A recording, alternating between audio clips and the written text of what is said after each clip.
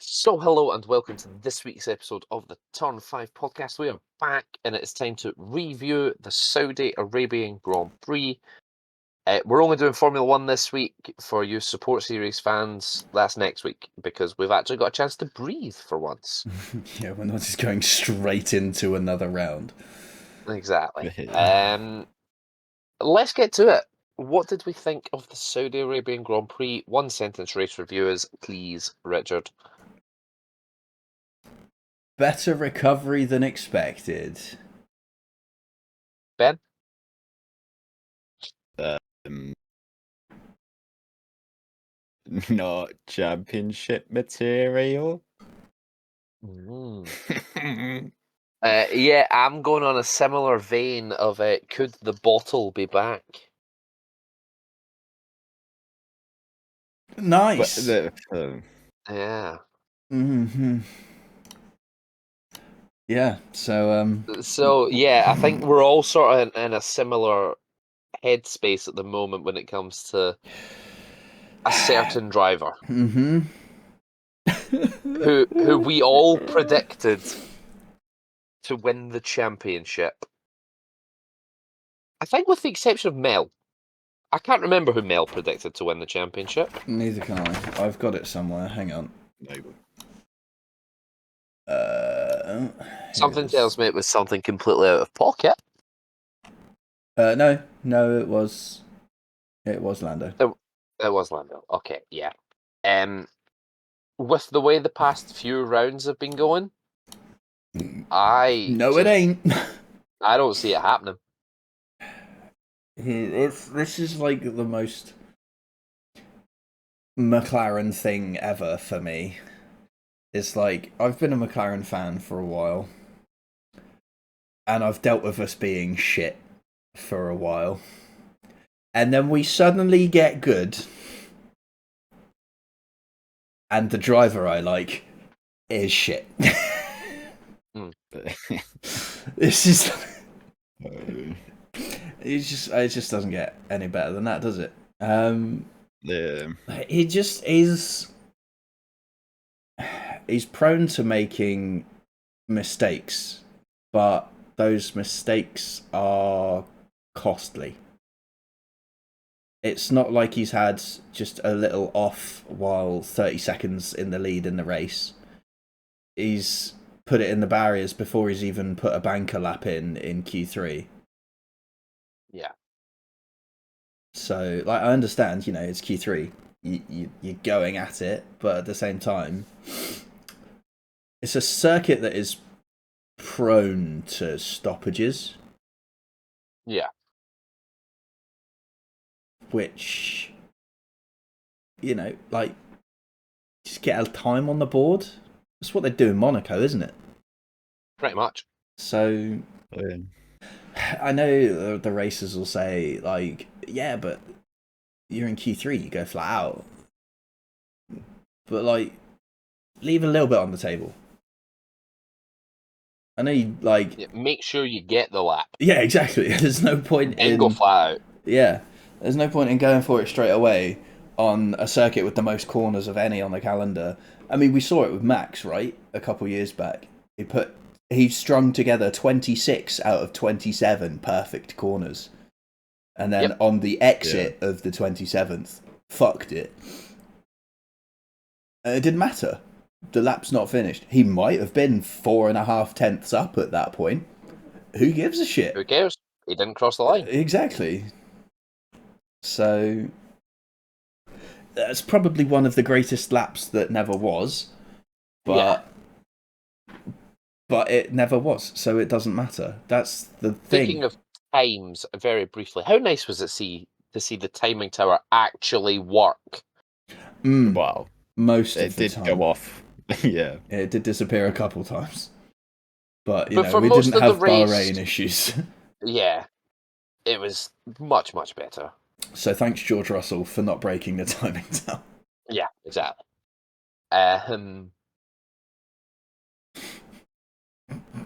Is there much else to talk about? Actually, yeah, qualifying. Q3. That was exciting. 3 lap records consecutively. Yeah. Russell set a new lap record to put it in provisional pole, followed by Piastri, followed by Verstappen. I don't really know where Russell came from, to be honest, because he, like, the top of the times, he'd not really bothered through most of practice. And he was, comfortably in the top 10 in Q1 and Q2. But then to just fucking whack out and like, yeah, I'm a 10th and a half clear. That Okay. seems to be the thing about Mercedes this year. They don't look amazing in practice, and then it just sort of gets dialed in and dialed in and dialed in, and then when it matters, it is a car that delivers. Sure, it might not be winning races anytime soon, but it's consistent. It is the Leonardo Fornaroli of teams in F1. Yeah.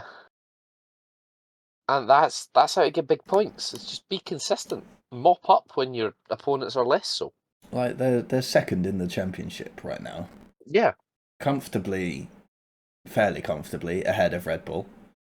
Mercedes are on 111, Red Bull are on 89. Which after 5 rounds is a big gap Yeah. in the teams. It'd take a big swing from Red Bull to get that back. Or a long downturn in performance from Mercedes. Yeah. But equally, we've seen it before where, a team has an unlucky weekend with a double DNF and suddenly those gaps close. So, Who are they closer to, Red Bull or McLaren? Red Bull. By McLaren are much? on like 188. Ah, okay. So, yeah, it kind of happens when you win like most of the races. True. Is it what, four of the first 5? I think it is. Yeah, 4 out of 5. Yeah. Yeah. 8 podiums. 4 out of 6 if you include the sprint. Yeah, but obviously Max got Japan, but then like the podiums have been there for the rest of the time, so they're consistently high scoring. Lando managing to get 4th was a good result. Yeah, good recovery drive. Yeah, Probably could have been better, but still decent recovery. Honestly, when I saw that he'd binned it in quali and come 10th, I predicted he'd finished 6th at best. Which you can now make an argument for. That 2 people crashed out in front of him. So he probably still could have finished 6th. But either way, these things happen.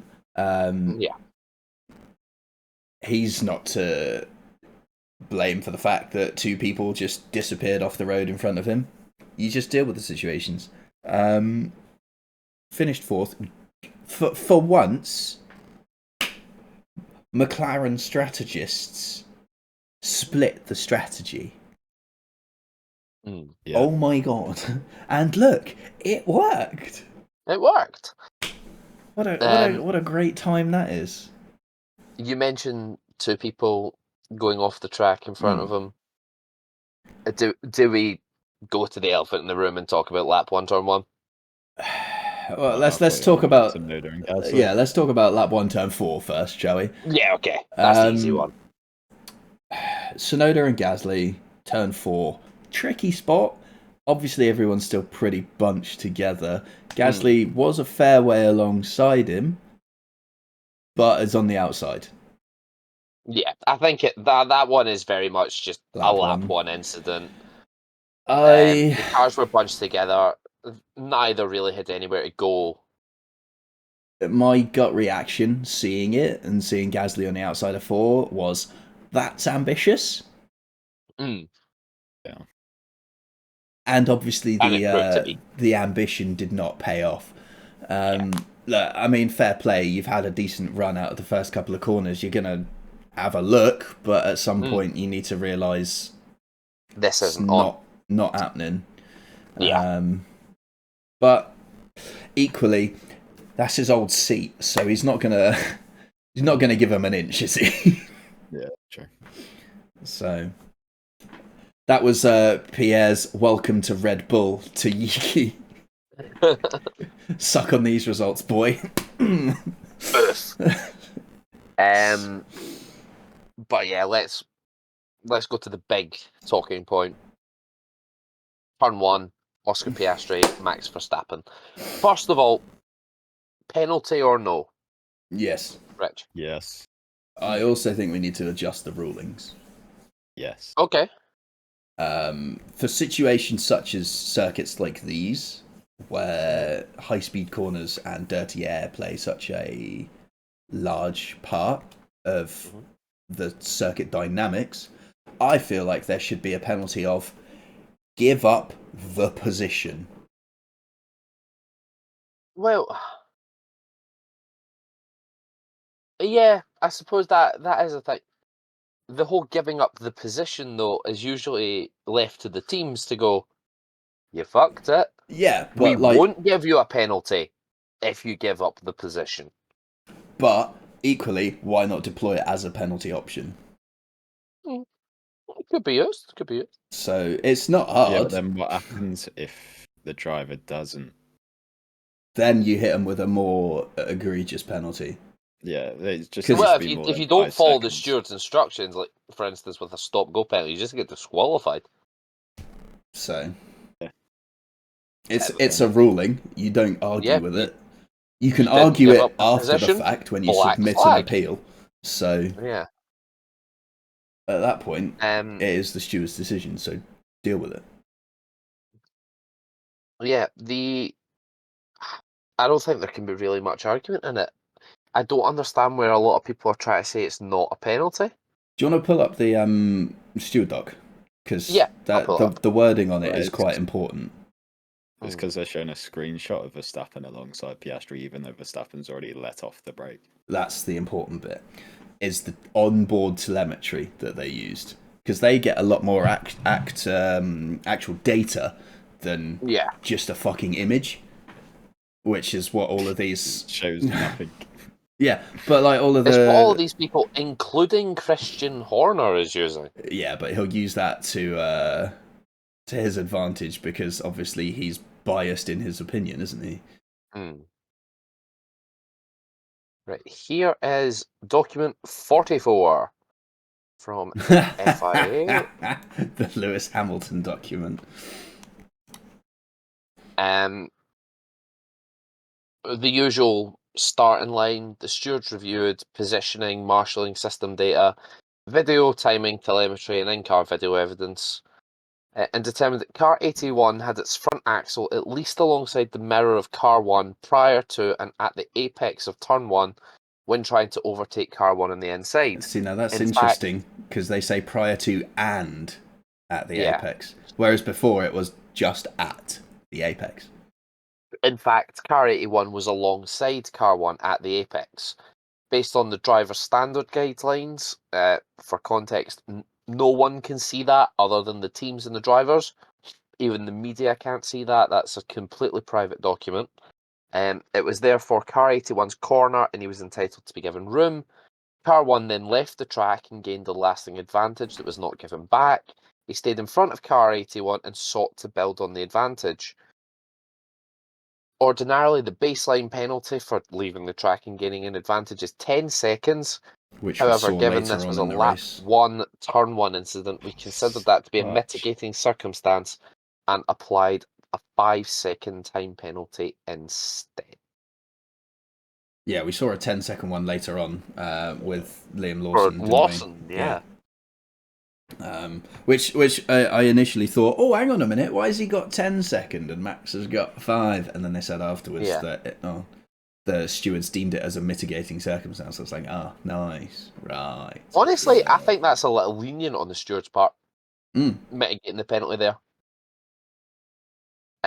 He knew what he was doing. What I think a lot of... Yes, it was lap 1, turn 1, but they were the first two. Yeah. I'd view it as more of a mitigating circumstance if someone had bumped the other car over the inside corner. Fine. Like, if there was a wheel banging incident and the other guy was like, well, gotta go that way now. Fine. Yeah. You know, you've been shown the exit curb. Obviously, this is still if like all of the alongside positioning is the same. Otherwise, if it's further back, then that's forcing another driver off, and the penalty goes the other way. Exactly. But assuming that the right for the corner is given to the car on the inside and you're wheel banked, that's what I deem as like a mitigating circumstance. When you're the first two there, you got the whole track to play with. Exactly. What a lot of people are saying, oh, Max was alongside. He was only alongside because he overcooked the corner. Yeah. He Which was never Piastri going pointed to make out it round. so beautifully on the radio. It's like, yeah, he was never making that, even if I wasn't there. Yeah, exactly. But that's what he does. Yeah. He tries to game the system. The stewards have changed the wording of the ruling in order to stop him gaming the system. He has again tried to game the system, and the stewards have upheld their changed wording of the system. They changed the rules after Austin last year. And I think part of it also still had a bit of Brazil 2021 in their heads as well. Yeah. That was fucking stupid. Yeah. Yeah, no, it should have been changed after Brazil, because then Austin would never have happened the way it did. Yeah. And after Austin, obviously everyone was like, well, this is just fucking dumb. He's deliberately not making the corners at this point, because it doesn't say anything about it in the ruling. Exactly. So they changed the words. And now they've closed his little loophole that he used to exploit, and now he actually has to abide by the rules, and lo and behold, make corners. He can't. Yeah. I just don't understand how people try to argue against it. He cut the corner. Yeah. He kept the lead because he cut the corner. Where I don't understand is why Red Bull didn't go, give the position back. Yeah. Live to fight another day. Just give it back. It would have been the smarter decision.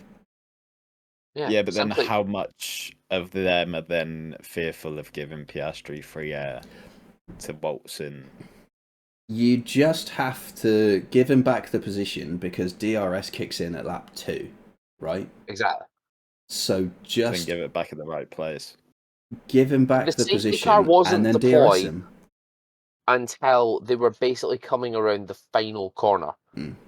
So he could have given it back on that back straight and then gotten the DRS. Obviously, the safety car was then deployed. So he'd have been right up his backside anyway. Yeah. So, yeah, I think that's a dropped ball from Red Bull. It's a major miscalculation on their part. Yeah. Especially when you lose the race by, 2.4 seconds? Yeah. Yeah, they lost it by 2.8. There you go. So you could say that the 5-second penalty cost him. Yeah, or you could say that by receiving the 5-second penalty, by not just playing the sensible card, they cost themselves a shot at winning that race. Yeah. I think it's starting to show the gaps where Jonathan Wheatley was. He was the rules man. And now they're just making more blunders in terms of the rules. But yeah, I think we're all in agreement. Easy penalty. Yeah. Don't do it again. Just keep it between the white lines. Please, guys. Yeah. Max Verstappen. He's going to do it again. He's going to keep doing it. It's Max Verstappen. And they'll keep whinging about it. Shall we do predictions? If we didn't have it, we wouldn't have the entertainment to talk about. So Sure. Do we have anything else really major to cover in the race? Not necessarily in the race, but the weekend. Okay, go on. There's the old rumour mills in full swing, isn't it? Mm-hmm. Max Verstappen being consistently asked about his future and if he's going to Aston Martin. Yes, which is hilarious. I did hear about that because the boy loves himself an Adrian Newey car. He does. It does immediately bring to mind the interesting statistic that is every driver that has won a championship while driving a car designed by Adrian Newey has then not won a world championship after stopping driving a car designed by Adrian Newey.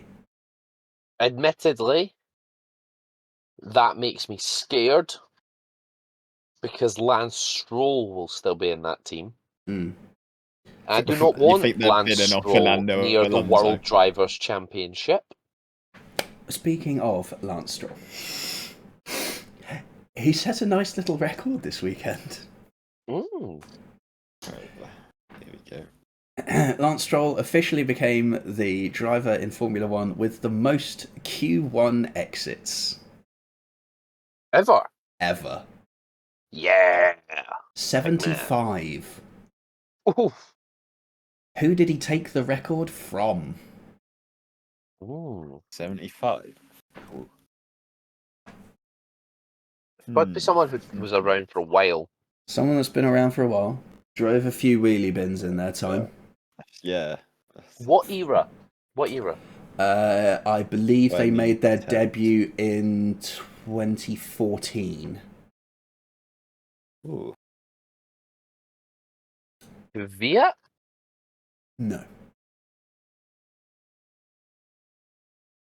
If it helps, they do also have a child. Oh, I don't know about them having a child. God knows. 2014. Would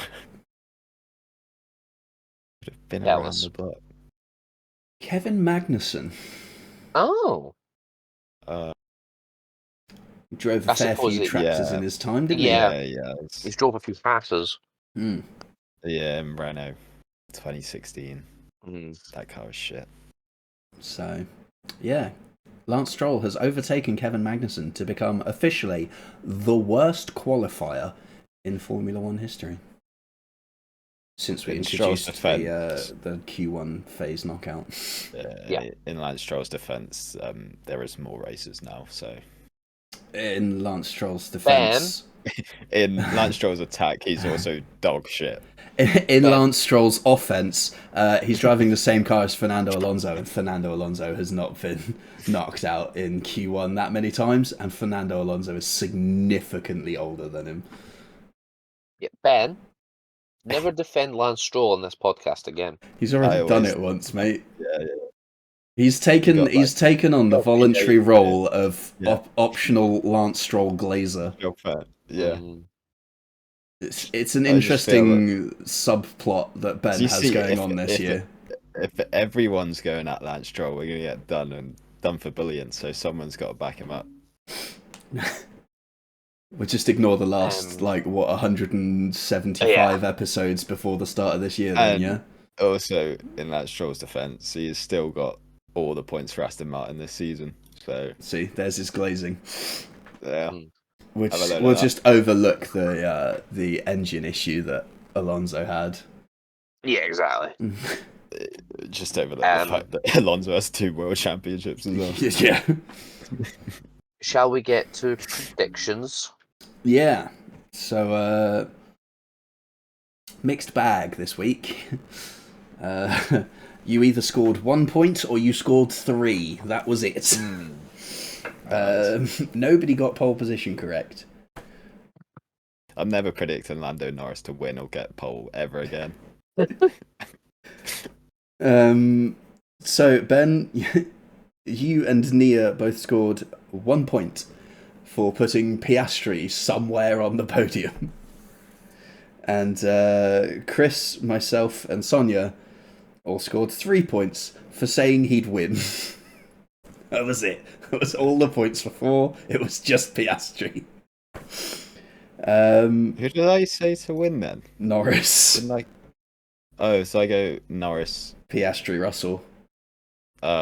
Sake. Whereas the rest of us did Piastri, Norris, Russell. We all had, all 3 of us, me, you, and Sonia, Chris, we all had the same prediction. So, great, interesting week, this one. Yeah, exactly. I was guessing that someone else was a jinx. It turns out it's me. Bold prediction?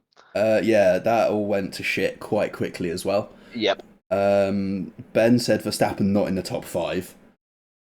Also said that it probably means that he'll win the race now. He probably should have. Chris, you said both Ferraris outside the top 6. They got their first podium of the year. Yeah, they did. Nia said that Tsunoda had beat Verstappen. No. So that lasted 4 corners. Yep. And I said Ollie Behrman would score points. I think he finished 13th. 13th. He finished. He did. True. But you know, he scored points on debut here last year, so I was kind of like, he likes this track. Maybe. But alas. I think it was the Ferrari car. I think that was more the difference. Look, I can try, alright? I can try. Glaze the poor kid. Lapdown Showdown. Nia won this week.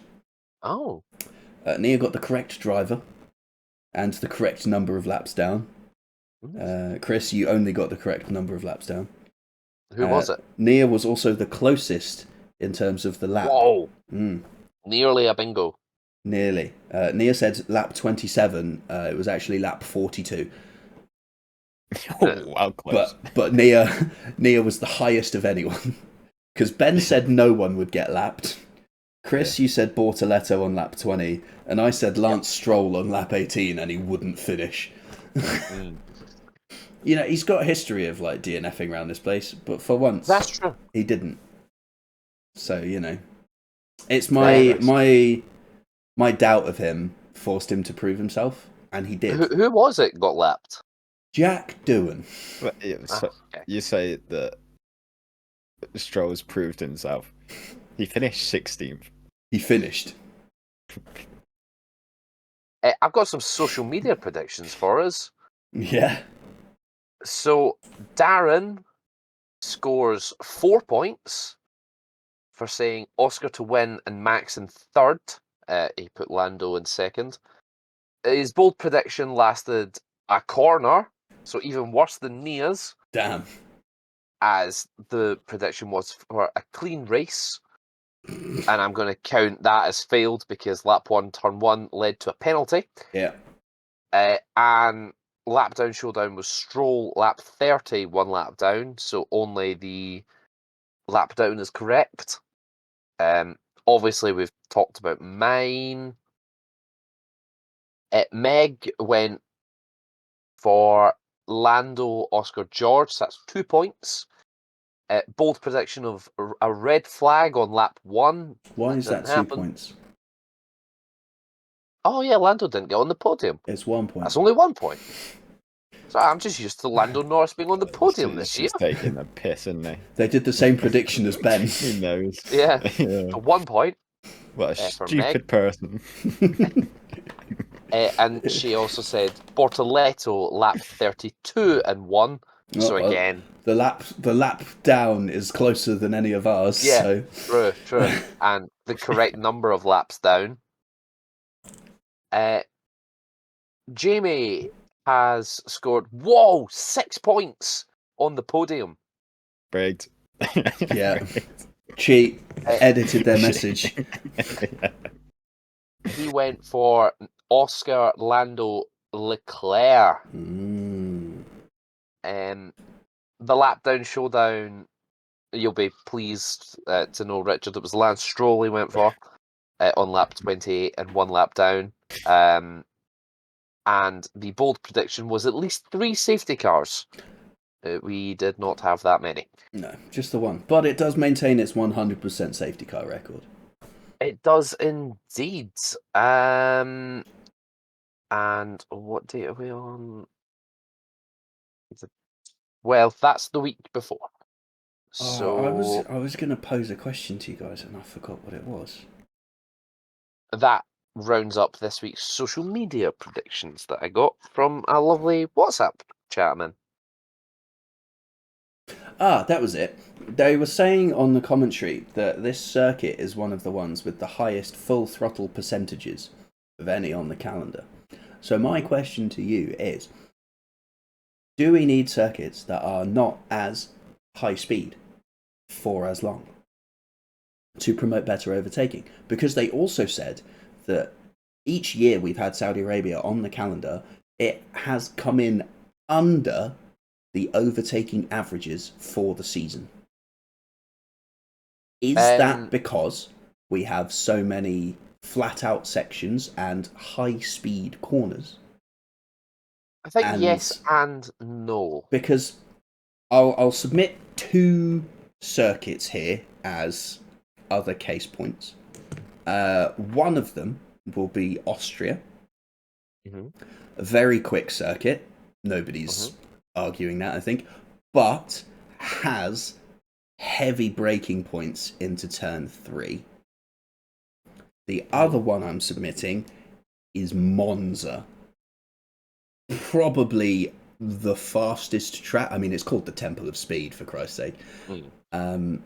Yes, there are heavy braking opportunities into turn 1 and turn 4, but we still don't see too much overtaking there.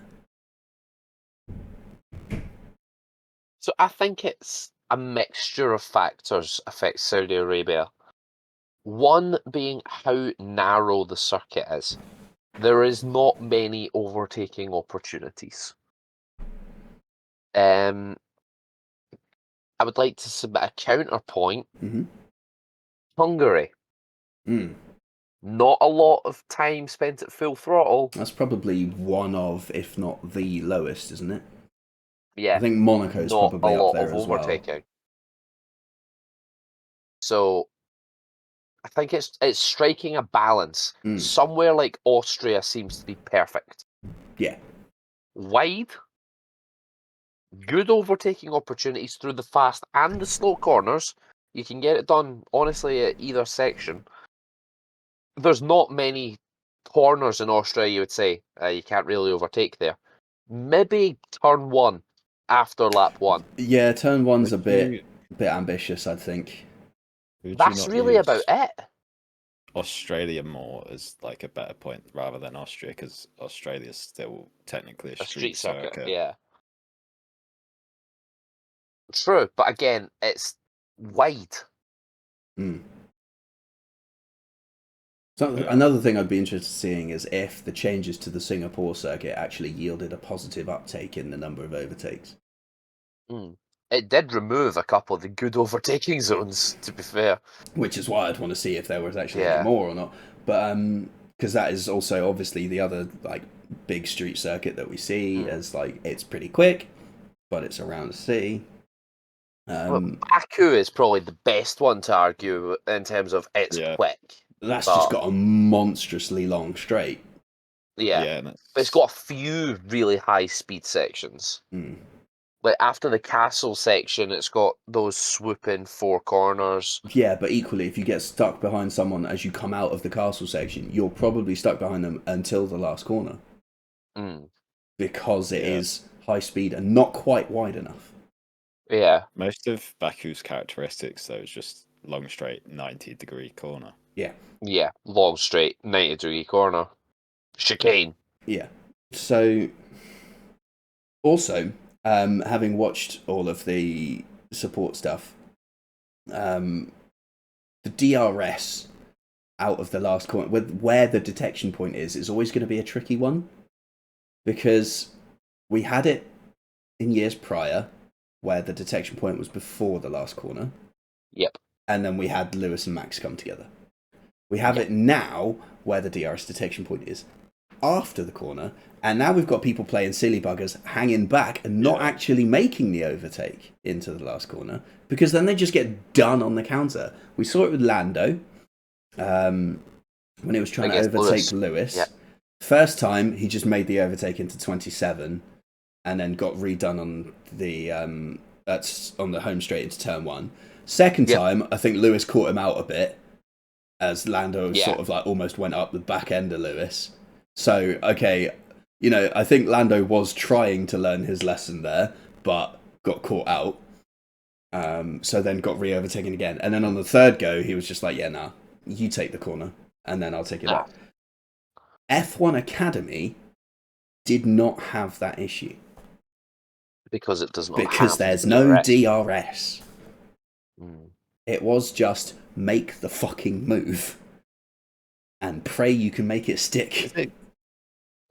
Is it going next year because of the like push to pass? Don't know. They've got like it's managed overtake mode or whatever they're calling it now, isn't it? Mom. But I don't know if they're keeping DRS or not. Engage the mom. I think they are. No, it's not DRS as we know it.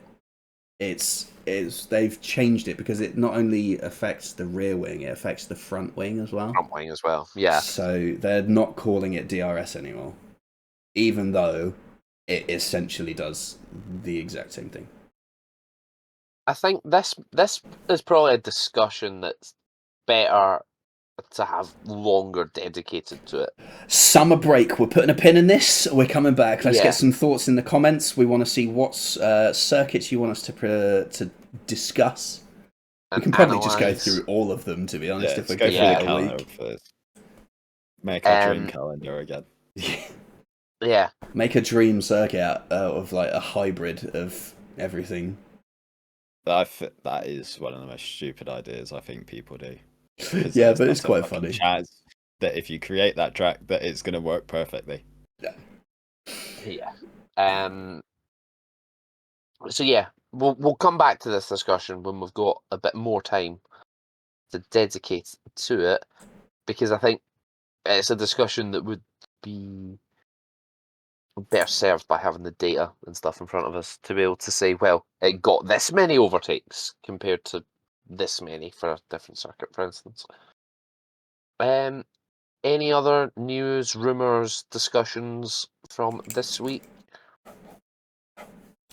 Not that I can remember. I will just quickly check. Oh, we haven't spoken about it, but the Sainz Albon teamwork, that was quite interesting to see in the race. I do remember hearing it on the radio. I didn't quite pick up what their plan was. Okay, so it was like Singapore all over again. Yeah, basically. Albon was the lead car. Albon was stuck in the middle. Sainz was the lead car and had Hadjar behind him. Yeah. And Hadjar was closing. So basically, they deployed Singapore. Context. Hadjar pitted late for mediums. Yeah. So he was on the softer compound. He did the alternative strategy and started on the harder compound. So basically, Williams were like, hey, we saw this worked for you in Singapore when you used it on Lando Norris. Now we're a team, so we can manufacture this with precision. So basically, Sainz gave Albon DRS every lap and used that to keep Hadjar behind. Which has got to probably be the most annoying thing in the world for Isaac Hadjar. It's just creating a DRS train. Yeah. Yep. Just having two teammates ahead that are actually working productively together. Yeah, exactly. So, but no, fair point. It's good points for them. So no, absolutely. That's one of the highest skills Carlos probably has, the fact that he can just keep the car behind perfectly in the DRS. Not enough so it overtakes him, but enough to keep him behind. Yeah. Anyway, I think that's us then. I don't have anything else to talk about. No, there's just the usual conversations from the team bosses about their contrasting views on Verstappen's penalty, but obviously they're both biased in which way they want to view it, so what a shock there. And we can sort of let it rumble on. It's only the day after the race. We'll see what else they say over the next few days and bring it to you next week.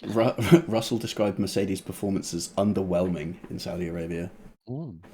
So he said fifth was where they deserved to finish. I think Russell also basically turned around to Verstappen and went, it's a penalty, deal with it. I know, going into the race, no love lost between those two. No. He wants, like, the minimum should be a podium. So, it's, He had a good qualifying, but we've seen it before and we'll see it again, I guess, that, you know, the Mercedes is a good qualifying car, but there's something missing from the race pace. What was there that much of a temp difference between qualifying and the race? Not that I know of, but I'm not an expert in Saudi Arabian weather. So I'll have That could be to my have to only- double check that one. Be my only reason behind the quality difference. We're in Miami. Yes, sadly, Miami a week on Sunday. I don't see an issue with Miami. Till after it this time, yeah. Yeah. We are. Ooh, well, I am. We're joined by the F1 Academy Cool. in That's Miami. good stuff. They get the best races. But yeah, join us next week where we will be reviewing the support series action from the Saudi Arabian Grand Prix and continuing discussions from the fallout of the Formula One. And then previewing Miami. Yeah. I'm not even We're- calling it a Grand Prix. It's We're just also Miami. excited too. At least there isn't a sprint this year, is there? No. At least there isn't a sprint. Bro. Let's double check Flex that one Miami. before Flex doubling Miami. down. Take the VAR. Yeah, so let's have a quick VAR check on that, but I'm certain there's no sprint. Please no. Oh, fuck it. Oh, no. Oh no. Don't tell me there is. Oh, it is. It is. It is. Oh. But I don't like Miami. No one likes Miami. Nah, there's one person out there that likes Miami, but that's probably because it's like the only F1 race that they've like been to. So Yeah, but they're wronging. yeah, if that's the case, they've spent way too much money on an F1 ticket. Exactly. So yeah, we'll be reviewing the sprint weekend in Miami. No. But until then, Sorry, boys. we will- I can't believe I dropped yeah. that on us. we'll see you next week. For now.